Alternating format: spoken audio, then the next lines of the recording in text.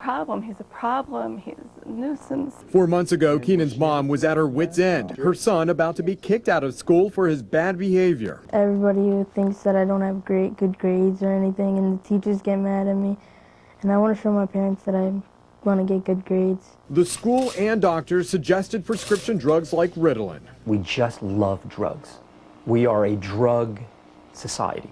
Dr. David Cohen wrote the book, Your Drug May Be Your Problem. He's concerned more kids at younger ages are being prescribed multiple drugs at a time. Not only have the drugs not been tested on kids, but the known side effects are alarming, such as stunted growth, insomnia, facial tics, weight loss, depression, and many more. Dr. Cohen says, in addition, the problem is never truly solved by a pill. It just puts a Band-Aid on it for a while, and then new problems come on because of the drug, and then new problems come on because we're not really dealing with the problem. Fifth grader Andrew Janizek of Delray Beach was on medication. It made him extremely tired. I felt different, like I didn't belong. With Andrew, it impacted right away. The next day, he had a lower energy level, and that's the way it lasted. With their parents, both Andrew and Keenan decided they did not want to be on prescription drugs. They turned to the Quantum Healing Center in Delray Beach for help. I think the drugs are being prescribed as the first solution, when it should be the very last possibility. Dr. Brian Sheen runs the center. Classes are free for kids, paid for by a nonprofit organization. Brian helps wean them off the drugs. Just notice what that's like for 1 minute.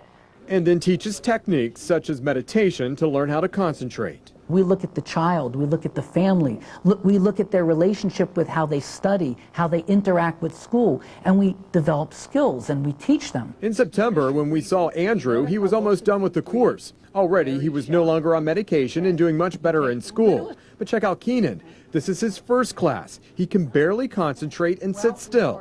4 months later, he's a different kid. My grades have been going up, and my parents are getting proud of me now, and I like it. Keenan has more composure, seems to be able to get control of himself on his own. In fact, Keenan is no longer in danger of being expelled from school. His attention span has grown from 20% on task to 80%. He can go from an agitated, distracted state to a relaxed, focused state, just like that. No doubt drugs will continue to be prescribed as a quick fix. But for kids like Keenan, the quick fix was not the best fix. He's happy to be marching to the beat of no drugs, and he says he's better off for it. If your child is currently taking prescription drugs and you have concerns, the first step is to talk to your doctor. Many of these drugs can cause withdrawal symptoms if they've been used for an extended period of time.